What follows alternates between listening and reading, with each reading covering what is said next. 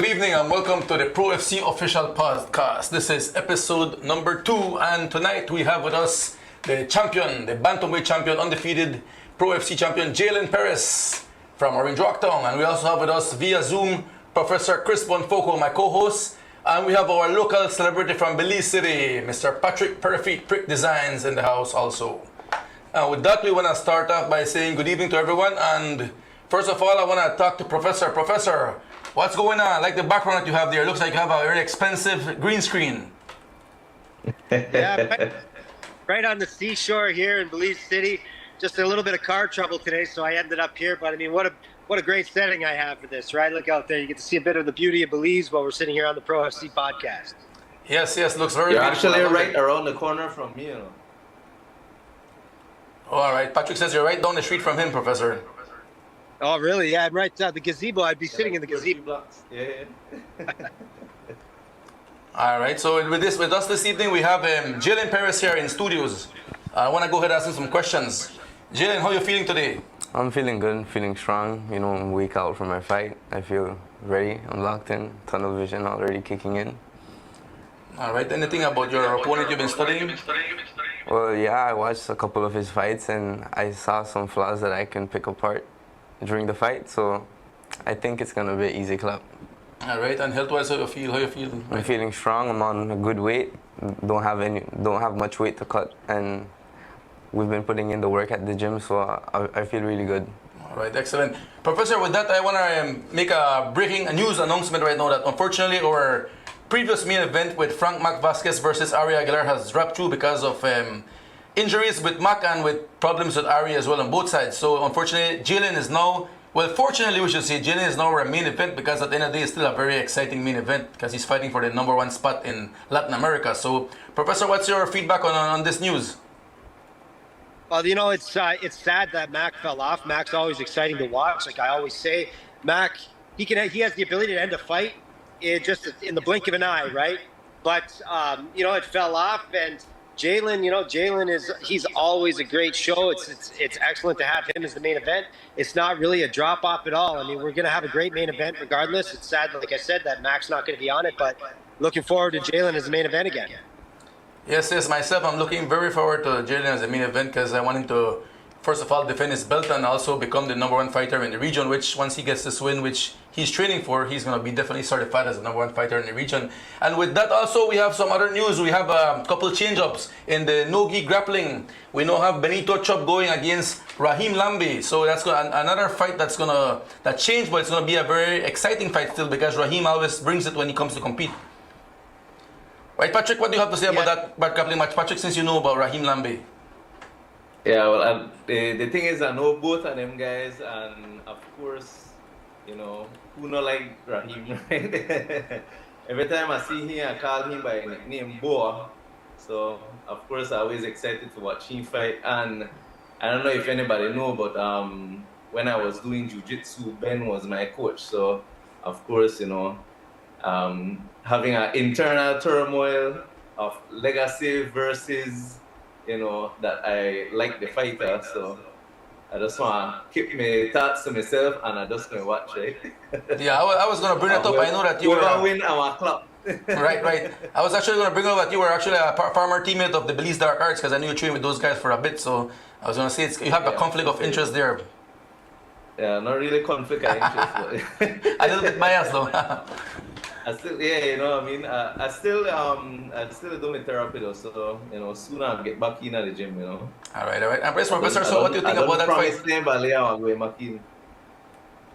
I don't promise them I'm going back in and I don't make the talk hard, so I need to back myself up, right, you know. Right. I guess, Professor, what do you think about that match there between Rahim and Ben? That's an interesting one. You know, we just had our tournament. Ben competed in the purple belt, did well, and Rahim competed in the blue belt and purple belt in the gi, because we had a blue-purple fuse because there's not, there's not a lot of purple belts in the country yet. But regardless, Rahim, I believe he won the no-gi in the blue belt division, and Ben was a bronze medalist in the purple belt. I think this match, Ben is a sneaky grappler. He's going to be patient and wait for Rahim to hang himself. I mean, that's what a higher rank generally does. He is a purple belt, Raheem's a blue. However, Raheem he's a physical specimen, and I think if Raheem could wear down Ben, Raheem is going to get the win. The longer this match goes, it's going to benefit Raheem, I believe, because his pressure is going to break down Ben. However, Ben lays the traps like those dark arts guys do, and Raheem is susceptible to fall into a trap. So it's going to be a good match, and I would give the edge to Ben, but don't count out Raheem because Raheem's a viper.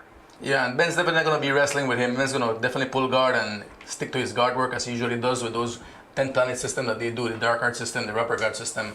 Yeah, and I'm not sure we have some more breaking news. We have another fight that just changed as well. We have now Luis Duran, who is going to be stepping up to the 145-pound division, fighting Eldridge Simon from Placencia. And you have fought with Luis Duran before, so what do you have to say about this fight since it was announced? Well, Luis Duran, when I fought him, I know that his pressure is there and his chin is there too, because he'll just walk forward with pressure, and he has good jiu-jitsu. He comes from Kukulkan. He has a really good gym, so he's really high. He has really high level training too, so it would be a really exciting fight.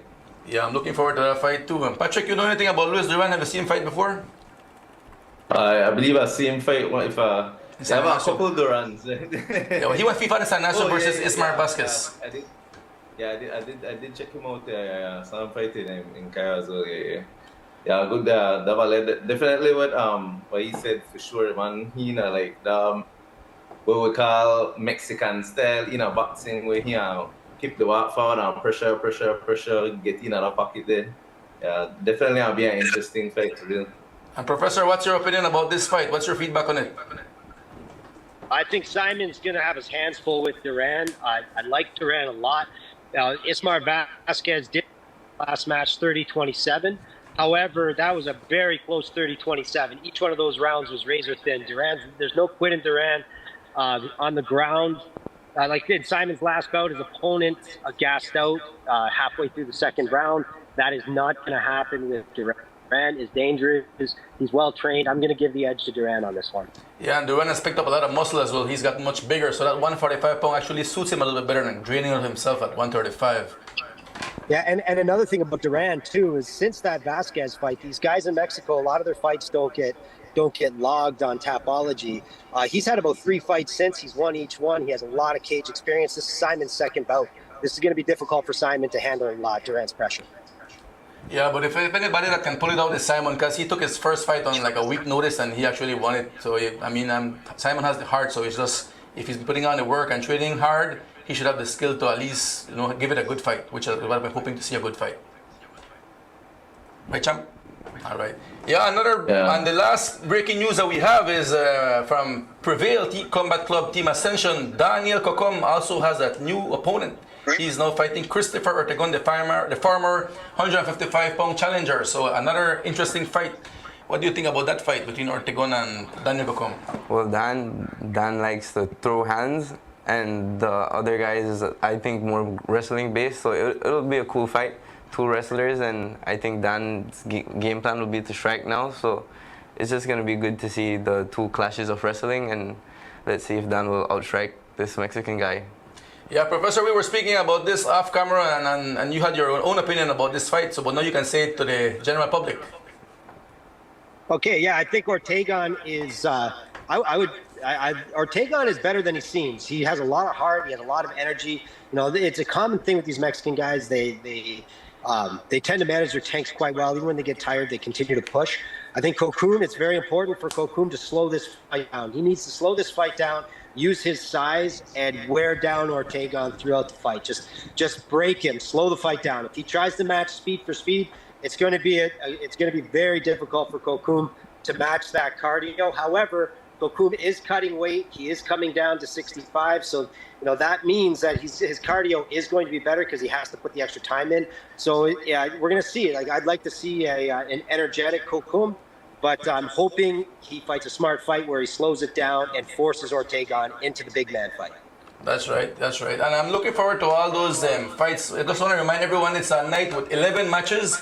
We have 3 no-gi jiu-jitsu super fights. The first one being between Dominic Bianino from Team Prevail, Team Ascension, Belize City versus Wayne Godfrey from War, Orange Walk. So your first fight is a local boy. So Orange Walk people watching in, make sure you're here from early because 7:30 on the dot we start, 7:30 sharp.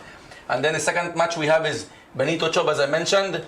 And then for the main one in the no-gis is Thomas Godfrey from War Orange Rock versus Joshua Blanco from the Dark Waters Jiu-Jitsu. So that's going to be a very high-level no-gi match. Make sure you don't miss it. 7:30 we start, so you want to be there. Our matches are exciting from the first one all the way to the end. As we said earlier, we have our new main event, Jalen Perez from Orange Rock. So he's going to be here representing Orange Rock, representing Belize versus the Nicaraguan Christian Centeno, who is coming here to try to take away that belt. And Jalen doesn't want that to happen. Professor, do you have anything for Jalen? Do you have any questions for him? Jalen, well, how do you feel about going into this? Do you feel like you're underrated on that ranking? You know, Yeah, you see your I think- opponent is 6-1 and you're undefeated. What do you think about that? I think I'm very underestimated because of my appearance. I look young, I don't have much muscle on me, but I have a really high, I would say, fight IQ, and I'm really technical, so I'm not nervous at all. Every time I go into the fight, it's just to go have fun, do what I like to do, and honestly, I just like that I get the chance to defend my belt as champ, so it feels really good. Well, it took you 8 rounds to win that belt, so you've got another 5 rounds here. So are we going to be looking at a draw, or are you going to be looking to not give a chance for these judges to break your heart? It's not even gonna make it to the judges, trust me.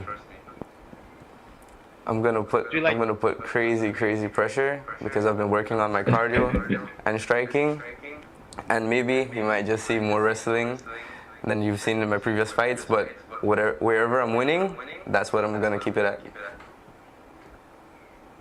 That's very mature. An 18-year-old fighter coming out like that, like when you're in the cage, Jalen, you look very mature for your age. You're calm, you're calculating, and that fight IQ. Yeah, this is going to be a nice step up for you, and we're looking forward to it. Yeah, he's just 17 years old, still 17 years old. He will be 18 the day after ProFC or at midnight at the ProFC event. So his birthday gift is to beat Christian Centeno and become the #1 fighter in the region. Patrick, any particular fight you're looking for in that night? Anything that catches your eye? Well, of course, I want to see Jalen fight. Everything you guys have mentioned earlier is true to life because I see him fight. I remember him specifically for what he's saying, very technical. I'm looking forward to what he says if you want to get on the ground because I want to say I've never seen that from him. I say, pull it defend and never. And of course, you guys from War, supreme on the ground.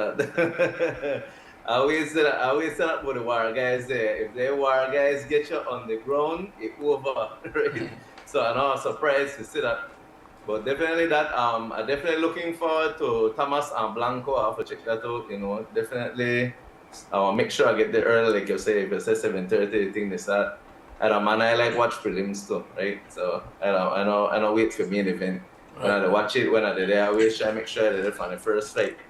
Because what a lot of people don't realize with MMA, as much as you think you could call one fight, MMA known for disappointments, right? So I definitely want to say that on it, right? But like I said, definitely Jalen and definitely Blanco versus Thomas, I definitely want to see them. Yeah, I just want to remind everyone that we have tickets available at Shell One Stop, $25 for the general ticket. Shell One Stop, they already have it in stock there. So you can go to buy your tickets. Don't wait until the last minute because remember, once it's sold out, it's sold out. But what happened in Cairo, people went last minute and they couldn't get a seat. We also have the $65 for the VIP tickets. They're available by WhatsApp 670-0716. And come and get your tickets. And I'm telling you, it's going to be a night of exciting fight. Jalen's the star of the night, so he's going to put on a show for the Orange Walk, and all the Belize people are going to be there. So make sure you come and check it out. And I also want to remind everyone of all the main MMA fights. We start with the prelims with Kadim Reyes from Belize City Prevail Combat Club versus Amir Reyes from War Orange Walk. Then we have Luis Duran from Kukulkan Warriors in Merida, Mexico versus Eldred Simon from Plasencia of the Checkmate Club. Then we have Wilbert Cantun from Merida, Yucatan, Kukulkan Warriors versus Hector the Famous Ramirez, who is fighting out of Orange Walk as well because he was born here, so he's representing his town. Then we have Johan Rodriguez, who's another rising star from San Ignacio out of the Dumbling Jiu-Jitsu Academy Team Ascension. He's fighting Isai Ayala, who is the champion of Yucatan, 16-year-old champion. So this is a youth pretty much fight, but it's going to be a very high level fight that both guys bring it. And Johan is expected to, big things are expected from him in the future. So we expect to see a very, very fight that he's going to be tested. And, you know, he's here to prove that he belongs there with the best.